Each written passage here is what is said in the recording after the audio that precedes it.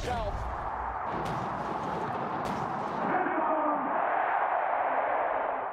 Controversy.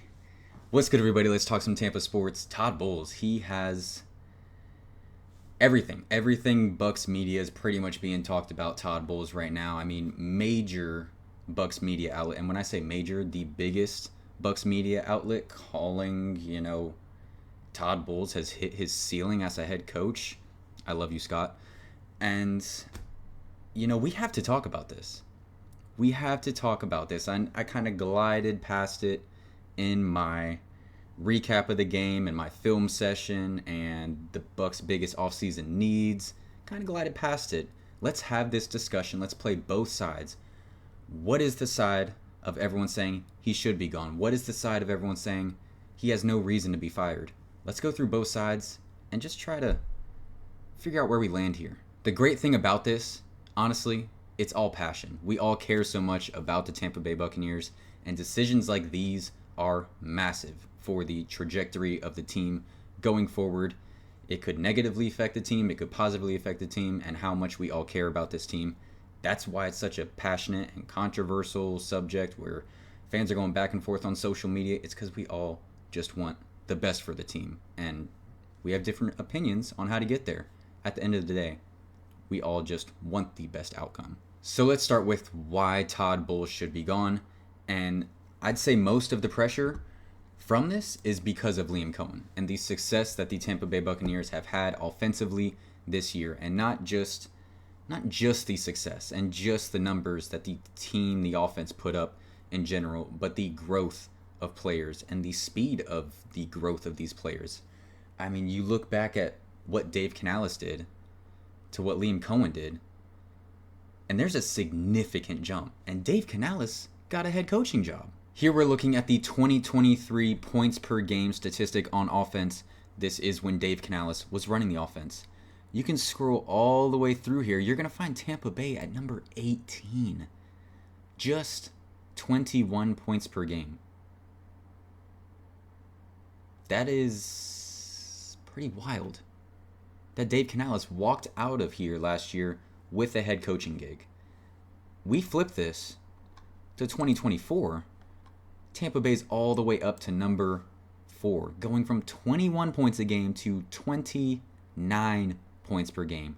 That is ridiculous. I think the biggest stamp that you can put on Liam Coen is how much, just a snap of a finger, basically, he improved this run game. And improved is like almost a slight. Completely overhauled, changed 180 on this run game.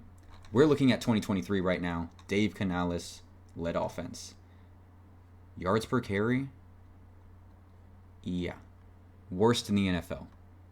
3.4 yards per carry. Let's go to Liam Coen and his overhaul.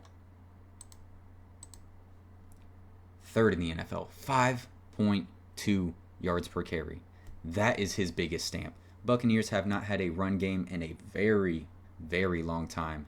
This year, good enough for the Buccaneers to lean on it, and combining that with how well Baker Mayfield played all year, top 5 in yards, top 5 in touchdowns, that leads you to 29 points per game and top 3, top 5 best offense in the NFL. And the reason that creates so much pressure on Todd Bowles and his job security is the trend of the NFL. Everything is offensively focused. Even the rules are offensively focused. When you look at an NFL draft, quarterback, that's what you want to go for. Everything is geared towards the offense. So when you look at these job openings and coaches that are being fired, you look at the list of names of coaches that were being fired, they were all defensive head coaches for the most part. And they're going to be replacing those defensive head coaches with offensive minds. Liam Coen right now only has one head coaching interview, for sure happening or has happened, and that's with the Jacksonville Jaguars. Pair him up with Trevor Lawrence, their guy that they paid, they're locked in with. Elevate him. That's what they want from Liam Coen. Whether they go with him or not, that's a different story, but it's pressure. Nobody, fans, players, front office, wants to see Liam Coen leave this franchise. After what he done in his first season and his first full season ever calling plays in the NFL. That's the product he puts up. It's pretty special. I mean, we can confidently say that the offense carried this team overall this season. I mean, you look at some of the numbers they put up: 37 against the Commanders, 33 against the Eagles, 51 against the Saints, 31 against the Ravens. It goes on and on. There's only a couple games here and there where you can say, like, the defense really helped the Bucs win this game. That's the Lions game. That's the last game of the season against the Saints, where the offense just came out super bleh, and thankfully the defense held their own in the second half, didn't allow the Saints to score more than 3 points, and that was enough for the offense to get back in it. But for the most part, and when I say most part, 90% of the season, it was primarily offensively driven. It is an ambitious move. Dropping your head coach that this locker room absolutely loves, has won 3 titles in a row. Yes, the South has not been great, but it's happened. This team starting 4-6 and 4-7, and not giving up. No drama at all. Dropping that leader of men for this offensive mind, where you don't really know what you're going to get once he steps into that new role, because it is a new role. It is a completely new role.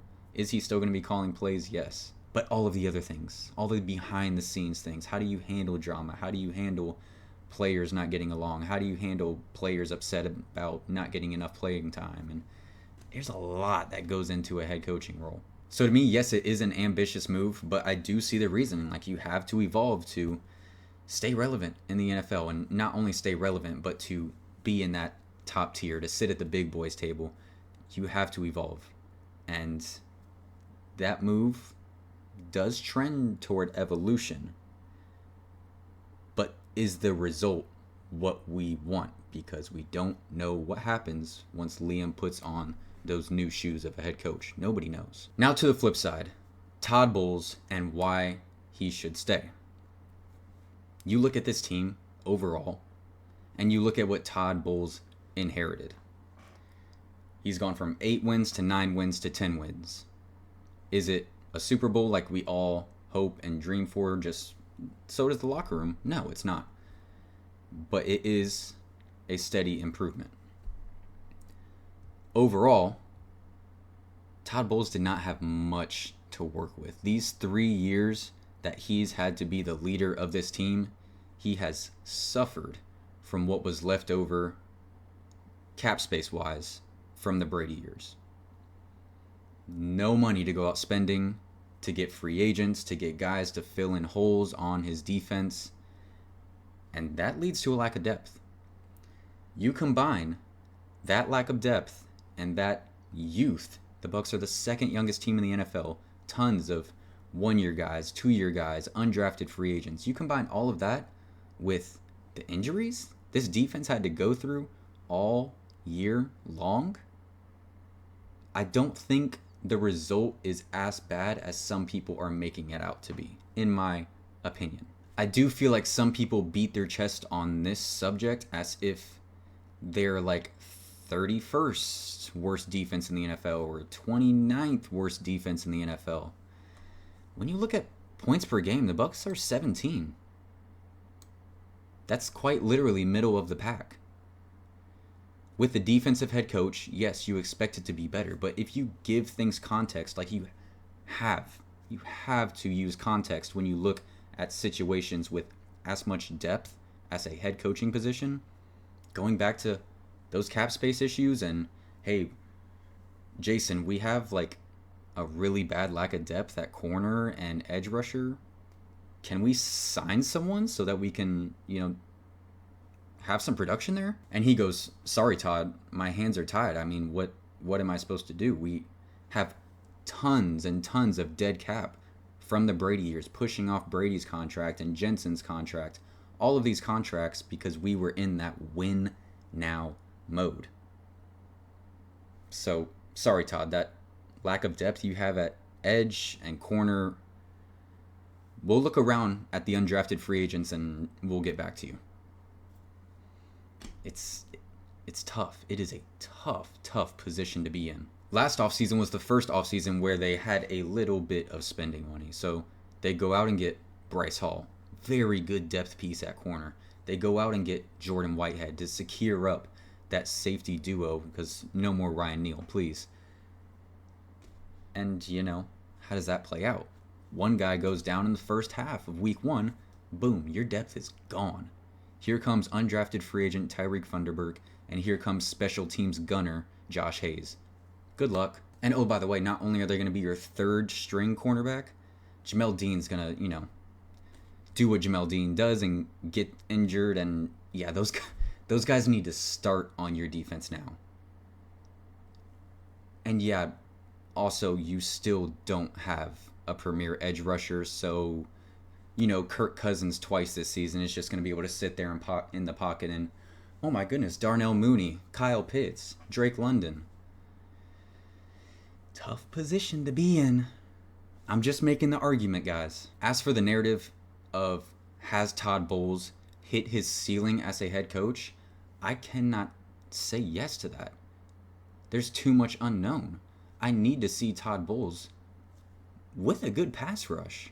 I need to see Todd Bowles with a stud corner. Have we ever seen Todd Bowles with a stud corner?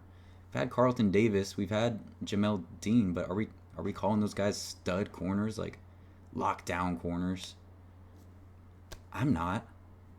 So I need to see Todd Bowles with some horses in the pen, a premier pass rusher that can just tee off, get to the quarterback, force double teams, allow Vita Vea to open up and Kalijah Kancey to open up. I need to see these things to be able to say, yeah, Todd Bowles he's maxed out. There's no way he can get past 10 wins in a season.